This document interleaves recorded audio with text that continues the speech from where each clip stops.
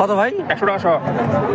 100 টাকা সহ। 100 টাকা সহ কয় টুকরো উঠবে? 100 গ্রাম। যদি বড় নেও তাহলে 4 টুকরো উঠবে, আর যদি ছোট নেও তাহলে এইরকম সাইজ নিলে 5 টুকরো উঠবে। এইরকম সাইজ নিলে বাপরে এত দাম! 4 পিসের দাম 100। আচ্ছা না, ভাত পাওয়া যায়? ভাত খাবো না। এটা তো ব্রয়লার।